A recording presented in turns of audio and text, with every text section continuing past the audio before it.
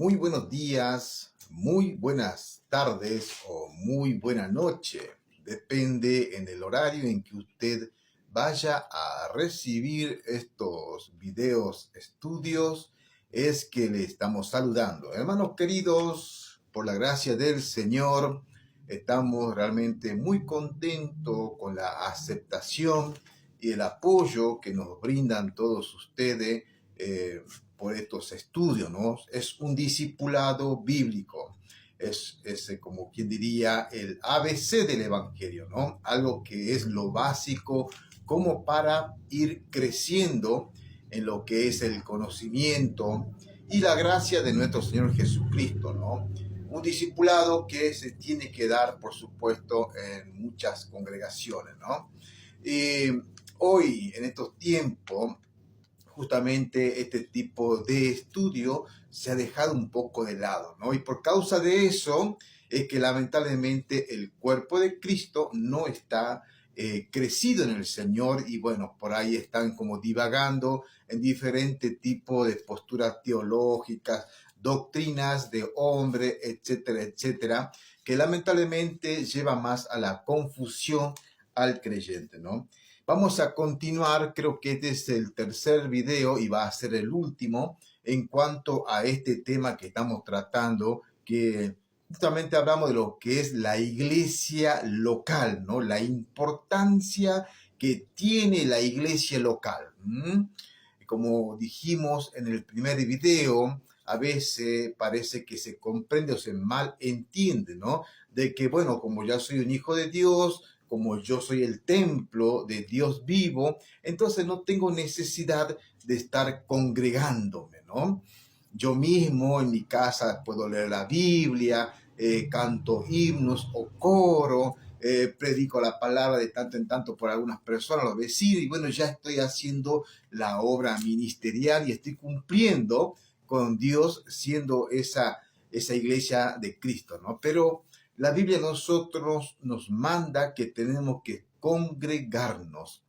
Es en el único lugar donde usted va a crecer como un hijo de Dios, como un siervo de Dios. No existe, hermano querido, al menos que realmente, no tenga donde congregarse o realmente sea un creyente que, está en el campo aislado, no sé. Puede haber otra circunstancia la cual les lleve a no poder congregarse, ¿no? Bueno, estamos de acuerdo ahí, seguramente que es una excepción a la regla, ¿no? Pero la ordenanza de la Biblia, inspirada por el Espíritu Santo, es que nos tenemos que estar congregando. Hermano querido, el último punto que vamos a desarrollar lleva por título o subtítulo el gobierno de la iglesia local. ¿Cómo está gobernada la iglesia de Cristo? Aquí me gustaría que presten mucha atención para que podamos nosotros identificar realmente cuál es esa iglesia cristiana que tiene un gobierno bíblico, porque he sabido bien que lamentablemente también esto se ha tergiversado, ¿no?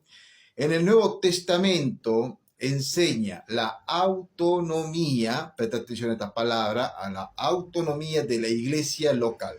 Esto quiere decir que cada congregación es autónoma. En este sentido, tiene su propio gobierno. Sabemos que la cabeza es Cristo, el Espíritu Santo, quien está organizando dentro de la congregación, pero cada iglesia es autónoma. Esto quiere decir, por ejemplo, que no dependemos nosotros, como quien diría, de una iglesia madre o de una iglesia nodriza, también podríamos decirle, ¿no? Por ejemplo, sabemos que los católicos, ellos tienen allá en el Vaticano, ¿no? Y dependen todos desde el Papa. Bueno, nosotros, la verdadera iglesia cristiana, es totalmente autónoma. Por eso la economía y toda la organización depende justamente de los miembros que están a cargo de esa congregación. Siempre tiene que ser hecho de acuerdo a las Sagradas Escrituras, ¿no? Ella, o sea, la iglesia, se gobierna por sus propios miembros, compra su propio local, elige a sus propios pastores y por supuesto todo esto tiene que ser responsable y es responsable solamente ante Dios. En esto usted va a tener que aprender a discernir. Esto no quiere decir que los hombres van a independizarse de Dios, no. Una iglesia que se considere de sana doctrina y que es de Cristo va a depender completamente de Dios, pero también a la misma vez es autónoma de otras congregaciones. Esto no quiere decir que estamos divididos porque estamos enojados, estamos peleados, no, para nada. Simplemente que cada iglesia tiene una forma de gobernarse, pero vuelvo a repetir, siempre y cuando sea de la manera bíblica, ¿no? La organización de la iglesia local es simple, no es complicada. ¿Por qué decimos esto? Porque no hay jerarquías. Y esto tiene que prestar mucha atención. Hoy en día, en muchas de las llamadas iglesias cristianas, han creado ciertas jerarquías. Primero está el apóstol, entre comillas, luego el profeta o el pastor, maestro, diácono, y así van como una pirámide, ¿no? Como una pirámide van formando esa jerarquía, ¿no? Y como que el que está arriba, que es el pastor, perdón, el apóstol, todos tenemos que rendirle como una pleitesía, como estar subyugados, ¿no? Estar subyugado, estar subordinado a esta persona, prácticamente es como alguien inalcanzable, no lo podemos alcanzar al apóstol tanto, ¿no? Vamos a ver un poquito también si realmente el apostolado es para estos tiempos, así como vuelo de pájaro vamos a tocar este tema, porque no es el tema principal que estamos viendo, pero lo vamos a tocar así suavecito nomás. Entonces, hermano querido, la iglesia cristiana es autónoma, la iglesia cristiana, además de eso, tiene una organización simple, no tiene jerarquía, no hay jerarquía dentro de la iglesia cristiana de Cristo. Por ejemplo, Efesios capítulo 4, versículo 11 al 12, habla bien clarito que Dios nos ha dado para la iglesia, para el crecimiento de la iglesia, pastores, evangelistas, maestros. Leamos un poquito a ver qué dice ahí. Y él mismo constituyó a unos apóstoles, a otros profetas, a otros evangelistas, a otros pastores maestros y a otros, y a fin de perfeccionar a los santos para la obra del ministerio, para la edificación del cuerpo de Cristo. Efesios capítulo 4, versículos 11 y 12. A esto llamamos nosotros una organización bíblica. Llamamos justamente una organización bíblica porque Dios mismo es quien constituyó o instituyó justamente todos estos que estamos leyendo. Y todos los pastores, maestros, evangelistas, diáconos, etcétera, etcétera, es para el crecimiento de la iglesia. Y a esto nosotros hacemos mucho hincapié justamente a aquellos que dicen, yo no quiero tener un pastor o no tengo pastor, mi pastor es solamente Jesucristo. Claro, eso parece muy piadoso, algo muy espiritual, ¿no? Pero en realidad dice que Dios ha instituido para la iglesia de Cristo a pastores, evangelistas, maestros, y todo ello es para el crecimiento del cuerpo de Cristo. Hermano querido, a Dios le ha placido formar hombres para formar a otros hombres, o sea, hombres que enseñan a hombres, todos ellos guiados e inspirados por el Espíritu Santo. Esa es la organización. Cuando decimos nosotros apóstoles, profetas, evangelistas, pastores, maestros, no estamos hablando de una jerarquía.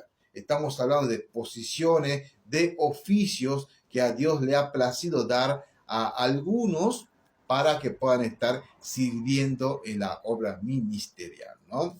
¿Qué más decimos sobre este tema? De acuerdo con el libro de los Hechos, tiene que haber diáconos y otros creyentes que puedan ocuparse en las diferentes labores del templo, ¿no? A ellos también se los selecciona justamente los miembros de la iglesia, se ve la capacidad, el líder puede tener la perspicacia, el discernimiento de saber más o menos quiénes son los que se están encarrilando y cuál es su don. Eso se puede quizás vislumbrar un poco, ¿no? Y la persona se va forjando, se va haciendo en la medida en que va, por supuesto, sirviendo en la obra del Señor. Hermano querido, esto es muy importante para todo lo que pertenecemos al cuerpo de Cristo. Es necesario, mi hermano querido, que usted y yo y todos nuestros otros hermanos tienen que saber cuáles son sus dones ministeriales. Si eso hasta el día de hoy usted no ha podido, digamos, descubrir cuál es su don ministerial, hermano querido, preocúpese más todavía si usted ya está teniendo varios años dentro del cuerpo de Cristo, ¿no? Es muy necesario, mis hermanos, que usted en oración y también, por supuesto, llevando ya al campo ministerial algunas ordenanzas que por ahí el pastor o un diácono, perdón, o un anciano de la iglesia le esté mandando a hacer para que se active realmente cuál es su don ministerial. No cabe decir, es que lo que pasa es que a mí Dios no me ha dado ningún don, no, porque la Biblia enseña que por lo menos usted y yo, un don o más, le ha dado el Espíritu Santo. Por ejemplo, si leemos nosotros, anote esto, Romanos capítulo 12, y vamos a leer del versículo 3, yo siempre recomiendo que lean todo el capítulo, pero en este caso vamos a leer desde únicamente el versículo 3 para no hacer tan larga la lectura, ¿no? Acá dice, digo pues, por la gracia que me es dada a cada cual que está entre vosotros, que no piense más de sí más de lo que debe pensar, sino que piense con templanza conforme a la medida de la fe que Dios repartió a cada uno. Esto podríamos nosotros también quizás bajar un poco más al léxico nuestro, ¿no? Y decir, no te lo creas. No creas que eres algo más allá de lo que Dios te ha permitido ser. Porque de la manera que en un cuerpo tenemos muchos miembros, pero no todos los miembros tienen la misma función. Así nosotros, siendo muchos, somos un cuerpo en Cristo y cada uno miembros los unos de los otros. Teniendo pues diferentes dones, aquí presta atención, teniendo pues diferentes dones, según la gracia que nos es dada, si el de profecía, úsese conforme a la medida de la fe. Aclaración, este tipo de profecía no es como lo que intentan hacer en algunas pseudos iglesias cristianas que dicen tener el don de profecía y comienzan a hacer lo que es más bien una adivinación. El profeta de estos tiempos del Nuevo Testamento, de este tiempo de la gracia, es aquel que está predicando las Sagradas Escrituras. Se sujeta a esto que está acá. No el que dice, Dios me dijo e inventa una nueva revelación. Ese no es profeta, más bien es un falso profeta, ¿no? Bien, sigamos un poquito más. Ahí está. El versículo 7, si el de servicio, en servir, ese otro don, el servir, el servicio, este podría ser también el diácono, por supuesto, ¿no? Si el de servicio, en servir, el que enseña en la enseñanza, el que exhorta en la exhortación, el que reparte, hágalo en simplicidad, el que preside con solicitud, el que hace misericordia con alegría. El amor sea sin fingimiento, aborreciendo lo malo, adhiriendo a lo bueno. Acá usted puede ver una lista de los dones que da Jesús, el Espíritu Santo, para el crecimiento y la formación del cuerpo de Cristo. Vuelvo a insistir, usted tiene que investigar en oración, averiguar cuál es ese don que Dios le ha dado a usted, ¿no? Hermano querido, Hechos capítulo 6, versículo 2 y 3 dice, entonces los 12 convocaron a la multitud de los discípulos y dijeron, no es justo que nosotros dejemos la palabra de Dios para servir a las mesas. Buscad, pues, hermanos, de entre vosotros a 7 varones de buen testimonio, llenos del Espíritu Santo y de sabiduría, a quien encarguemos de este trabajo. Hechos capítulo 6, versículos 2 y 3. Mire qué interesante aquí, ¿no? Se han buscado a estos 7 varones llenos del Espíritu Santo. ¿Y para qué era? Para servir la mesa. Eran diáconos, pero llenos del Espíritu Santo. ¿Qué es estar lleno del Espíritu Santo? ¿Será dar vuelta remolineando? ¿O será caer para atrás y hablar en cosas extrañas? No. Estar lleno del Espíritu Santo, estar lleno de la palabra escrita del Señor. Recuerden ustedes al joven Esteban, como él expuso la palabra ante estos fariseos antes de ser apedreado. Él habló lleno del Espíritu Santo, explicando las Escrituras y por qué Jesucristo es el Mesías esperado que estos fariseos, estos habían matado, ¿no? Denunciándole justamente, ustedes mataron al Mesías. Arrepiéntanse. Pero no fue eso, lo apedrearon, llenos del Espíritu Santo. Esa es la forma de una organización sencilla y simple cuando se escoge justamente a estos diáconos de la iglesia, ¿no? La iglesia goza de libertad bajo el Señor, quien es la cabeza, y todos los miembros tienen voz en los asuntos de la misma. Las reuniones y administración deberán llevarse a cabo regularmente y considerarán todos los asuntos, ¿sí? Además, las decisiones se deben tomar bajo la guía del Espíritu Santo, ¿sí? Todo esto, por supuesto, en conformidad con lo estipulado por la palabra de Dios. Ahora, los miembros deben de aceptar las decisiones de los hermanos que representan a la iglesia, tal como los pastores y diáconos. El pastor, por la virtud de servir a Dios, es líder espiritual y moderador de la iglesia. Todo esto, por supuesto, se debe de aceptar y hacer siempre y cuando estén todo acorde con las sagradas escrituras, ¿no? Primera de Pedro, capítulo 5, versículo 1 al 3, nos dice: ruego a los ancianos que están entre vosotros, yo anciano también con ellos, y testigo del padecimiento de Cristo, que soy también participante de la gloria que será revelada, apacentad la grey de Dios que está entre vosotros, cuidando de ella, no por fuerza, sino voluntariamente, no por ganancia deshonesta, sino con ánimo pronto, no como teniendo señorío sobre los que están a vuestro cuidado, sino siendo ejemplo de la grey. Primera de Pedro, capítulo 5, versículo 1 al 3. Por último, para terminar, hermano querido, con esta lección, ¿cuál es la misión de la iglesia? ¿Cuál es la misión de la iglesia local? Bueno, acá hay que aprender a discernir. Algo que siempre digo yo a mis hermanos, por ejemplo, es que nosotros no somos una entidad benéfica. A veces se confunden y piensan que porque somos hijos de Dios, estamos como obligados nosotros a ayudar sí o sí al menos al menesteroso, a la persona huérfana, a la viuda, etcétera, etcétera.